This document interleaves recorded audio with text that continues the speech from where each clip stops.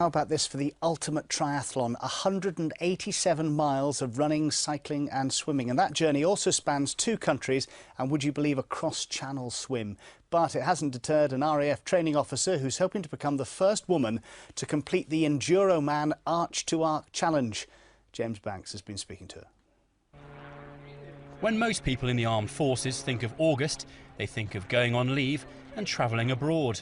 Flight Lieutenant Rachel Cadman, however, has decided to do it the hard way. She's hoping to firstly run from Marble Arch in central London to Dover, swim across the Channel and then cycle to the Arc de Triomphe in Paris, and all in the space of 5 days.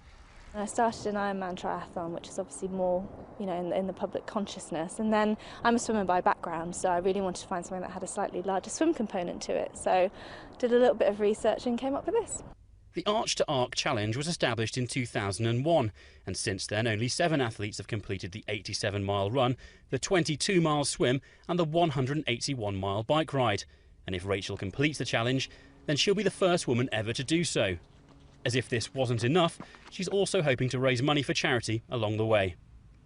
I'm raising money for 2 charities, Help for Heroes, which obviously helps with the military aspect of things, and then an international disaster relief charity called Shelterbox, which is in memory of my uncle who died last year, and it was his favourite charity. But apart from dealing with the blisters, sore knees and the perils of one of the busiest shipping lanes in the world, Rachel's biggest concern is the British weather.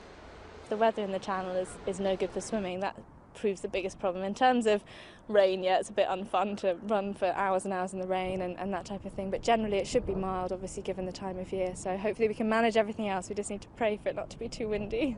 Well, Rachel is now at the tapering stage of her preparations. This is where she slows down her training and rests before the big event. Then on the 18th of August, she'll find out from the Coast Guard her date to cross the Channel. James Banks, Forces News, RAF Cranwell.